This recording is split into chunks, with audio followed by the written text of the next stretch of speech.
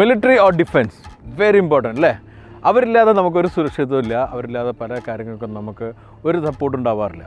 അപ്പോൾ അവരുടെ കേസിൽ നമുക്കറിയാവുന്നൊരു കാര്യം, അവർ ഫാസ്റ്റ് ആയിരിക്കണം, എജൈൽ ആയിരിക്കണം, അതുപോലെ തന്നെ കാര്യങ്ങളെല്ലാം വളരെ ഒരു സ്പോണ്ടേനിയസ്ലി ചെയ്യേണ്ടി വരും. അപ്പോൾ അതുകൊണ്ട് തന്നെ മിലിറ്ററിയുടെ സേഫ്റ്റി, അവരുടെ കംഫർട്ട്, അവരുടെ ഫാസ്റ്റ് മൂവ്മെൻറ്റ് എല്ലാം തന്നെ നമുക്ക് അത്യാവശ്യമാണ്. ആ ഘട്ടത്തിലാണ് നോർമലി ട്രൂപ്പ് വെഹിക്കിൾസ് വരാറില്ല. ട്രൂപ്പ് വെഹിക്കിൾസ് മിക്കവാറും മിലിറ്ററി കേസിലെല്ലാം വരാറില്ല മീഡിയം റേഞ്ചിലുള്ള വെഹിക്കിൾസാണ്. അത്തരത്തിലുള്ള മീഡിയം റേഞ്ചിലുള്ള വേൾഡിലെ ഏറ്റവും വലിയ മാനുഫാക്ചർഡ് വെഹിക്കിളാണ് ഇനി ഞാൻ കൊണ്ടുവന്നിട്ടുള്ളത്. This one, Mercedes-Benz Atego 4x4 troop vehicle.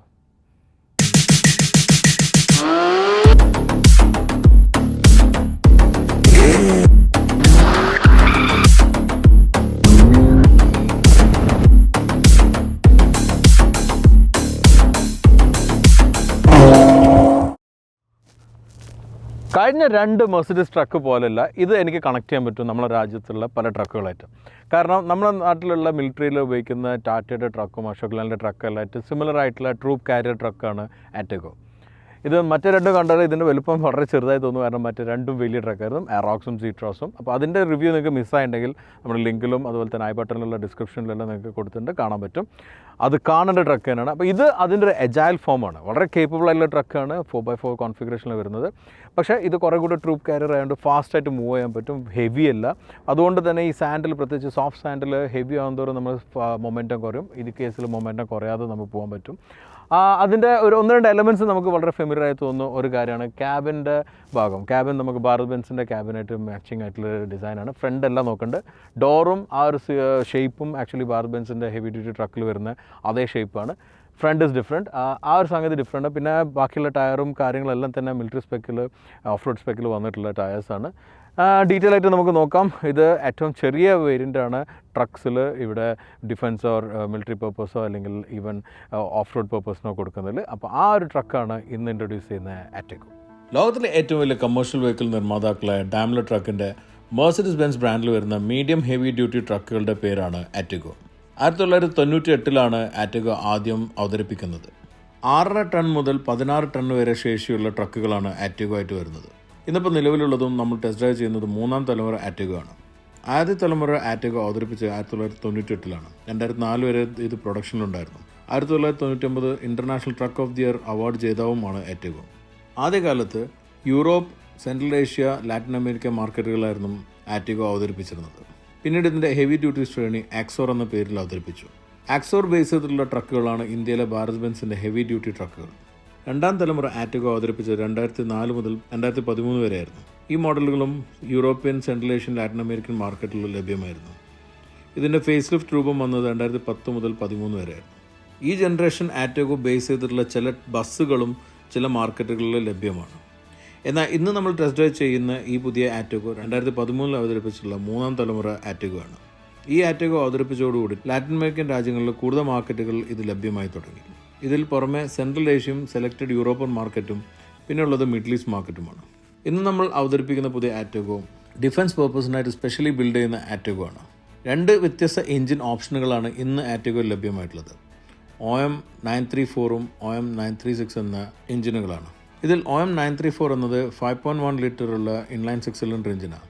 154 മുതൽ 228 HP വരെയാണ് ഇതിൻ്റെ കരുത്ത്. പിന്നെ വരുന്ന OM 936 എന്നത് 7.7 ലിറ്റർ വരുന്ന ഇൻലൈൻ 6 സിലിണ്ടർ എഞ്ചിനാണ്. ഇത് 235 HP മുതൽ 295 HP വരെയാണ് ഇതിൻ്റെ കരുത്ത് വരുന്നത്. യൂറോ 6 നോം വരെ ഈ മോഡൽ ലഭ്യമാണ്. എന്നാൽ മിഡിൽ ഈസ്റ്റ് പോലുള്ള ചില മാർക്കറ്റിൽ യൂറോ 5 മോഡലാണ് അവതരിപ്പിച്ചിട്ടുള്ളത്. മെർസിഡീസ് ബെൻസിൻ്റെ പവർ ഷിഫ്റ്റ് 3 എന്ന AMT ഗിയർ ബോക്സ് ആയിരുന്നു ഇതുവരെ ആറ്റഗോയിൽ വന്നിരുന്നത്. എന്നാൽ ഇന്ന് നമ്മൾ ടെസ്റ്റ് ഡ്രൈവ് ചെയ്യുന്ന വെഹിക്കിളോട് കൂടിയിട്ട് ആലിസൻ്റെ ഓട്ടോമാറ്റിക് ഗിയർ ബോക്സും ആറ്റഗോയിൽ അവതരിപ്പിച്ച് തുടങ്ങി. മെർസിഡീസിൻ്റെ ഓട്ടോമിക് ഇലക്ട്രോണിക് സേഫ്റ്റി ഫീച്ചറുകൾ ആറ്റഗോയിൽ ലഭ്യമാണ്. ഇന്ന് നമ്മൾ ടെസ്റ്റ് ഡ്രൈവ് ചെയ്യുന്ന ഈ ഡിഫൻസ് വെഹിക്കിൾ കൂടുതലും മീഡിയം ഡ്യൂട്ടി പർപ്പസിനുള്ള വെഹിക്കിളാണ്. അതുകൊണ്ട് തന്നെ ട്രൂപ്പ് കാരിയറും ഹൈ സ്പീഡ് ക്രോസ് കൺട്രി യൂസിനുമാണ് ഈ വെഹിക്കിൾ ഉപയോഗിക്കുന്നത്. ഇനി ഇതിൻ്റെ ഫ്ലൈവീൽ എക്സ്പീരിയൻസ് നമുക്ക് നോക്കാം.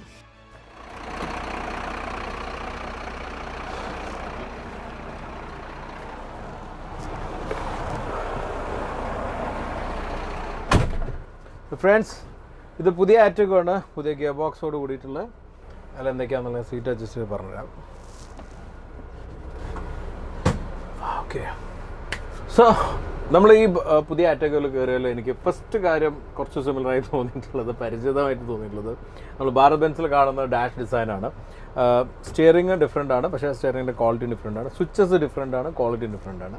ബട്ട് ബാക്കിയെല്ലാം തന്നെ ഭാരത് ബെൻസിൽ സിമിലറായിട്ട് വന്നിരിക്കുന്നത്. സീറ്റും അതുപോലെ തന്നെ ബാക്ക് റെസ്റ്റിലും കുറച്ച് ഡിഫറെൻ്റ് ആണ്. ഈ ഒരു ആക്ഷനെല്ലാം നമുക്ക് പരിചിതമായിട്ടുള്ള കാര്യമാണ്.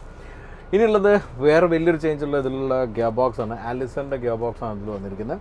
ആലിസൻ്റെ 6 സ്പീഡ് ഓട്ടോമാറ്റിക് ആണ്. അപ്പോൾ അത് ഇവിടെ ബട്ടണിലാണ് കൺട്രോൾ ചെയ്യുന്നത്. അറോക്സിൽ ഉണ്ടായിരുന്നത് പവർ ഷിഫ്റ്റ് എന്ന് പറയുന്നത് ആക്ച്വലി ഓട്ടോമേറ്റഡ് മാനുവൽ ട്രാൻസ്മിഷൻ എന്ന് പറയുന്നത് AMT ഗിയർ ബോക്സ് ബേസ് ചെയ്തിട്ടുള്ളതാണ്. ജീട്രോസിലുണ്ടായിരുന്ന മാനുവൽ ആയിരുന്നു. ഇതിൽ വന്നിരിക്കുന്നത് കംപ്ലീറ്റ്ലി ഓട്ടോമാറ്റിക് ആയിട്ടുള്ളതാണ്. അപ്പോൾ നമുക്ക് ബട്ടണിൽ ഡ്രൈവും ന്യൂട്രൽ റിവേഴ്സും സെലക്ട് ചെയ്യാം, അപ്പ് ആൻഡ് ഡൗൺ ഉണ്ട്, മോഡും സെലക്ട് ചെയ്യാൻ പറ്റും. ഇതിൽ വന്നിരിക്കുന്ന എഞ്ചിൻ എന്ന് പറയുന്നത് 6.4 ലിറ്റർ ആണ്, ഇൻലൈൻ 6 സിലിണ്ടർ, 256 HP പവറും അതുപോലെ തന്നെ 900 Nm ടോർക്കും ഉള്ളത്. 4 വീൽ ഡ്രൈവ് ഉണ്ട്, അതിനും ഡിഫ് ലോക്ക് അവൈലബിൾ ആണ്. Centre rear front diff lock is available. So now നമുക്ക് ഡ്രൈവിന് പോകാം. അതായിരിക്കും നല്ല കൂടുതൽ സംസാരിക്കുന്നതായിട്ട് നല്ല enjoy the drive.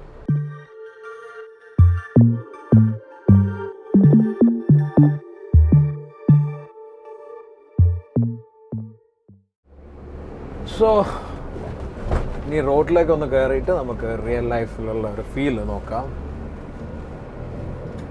Switching on to the normal mode, 2 wheel drive. So ഇവിടെ എത്തിക്കഴിഞ്ഞാലുള്ളൊരു ഫീൽ എന്ന് പറഞ്ഞാൽ നമ്മൾ നോർമലി സാധാരണ ട്രക്കിലുണ്ടാകുന്ന ഒരു ഫീല്, ബട്ട് നമ്മുടെ നാട്ടിലെല്ലാം ഓടിക്കുന്ന നമ്മുടെ ഭാരത് ബെൻസെല്ലാം പോലുള്ള ട്രക്കിൻ്റെ ഫീല്, പക്ഷേ ഓട്ടോമാറ്റിക് ഗിയർ എന്നുള്ളൊരു അഡ്വാൻറ്റേജ് ഉണ്ട്. പിന്നെ കുറച്ചുകൂടെ ഒരു കോസി ചെറിയ വണ്ടി ആയതുകൊണ്ടുള്ളൊരു ഫീല് നമുക്ക് ഇവിടെ നിന്ന് ഇരിക്കുമ്പോൾ തന്നെ ലഭിക്കുന്നു. മറ്റേ കുറച്ചുകൂടി വലിയ വണ്ടിയായിരുന്നു. ബട്ട് എക്കണോമിക്സ് വൈസ് എല്ലാം അതിലും എല്ലാം റീച്ചബിൾ ആണ്. പക്ഷേ എല്ലാം ഒന്ന് ചെറുതായ ഫീൽ. പക്ഷേ എനിക്ക് തോന്നുന്നത് വെച്ചാൽ ഇപ്പം നമ്മുടെ നാട്ടിൽ നിന്ന് ഇപ്പം ഇത് ഭാരത് ബെൻസിൻ്റെ വലിയ ട്രക്കിലുള്ള ഫീൽ തന്നെയായിരിക്കും. ഞാൻ 2 ദിവസമായിട്ട് ഇപ്പം റോക്സും ഇന്നലെ ഓടിച്ചു, ഇന്നും ഓടിച്ചു, പിന്നെ ജീട്രോസും കൂടെ ഓടിച്ചുകൊണ്ട് എല്ലാം വലിയ വണ്ടിയാണ്. ഇത് ചെറുതായി ശരിക്കും ഫീൽ ചെയ്യുന്നതാണോ എന്ന് എനിക്ക് തോന്നുന്നുണ്ട്. എനിവേ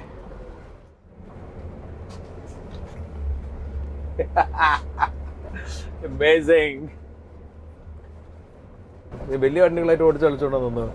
ഇത്രയും നേരം ഒരു ചെറിയ SUV നമ്മൾ 4 വീൽ ഡ്രൈവ് ഓടിച്ചൊരു ഫീലായിരുന്നു എനിക്ക് ലഭിച്ചത്. And it was awesome.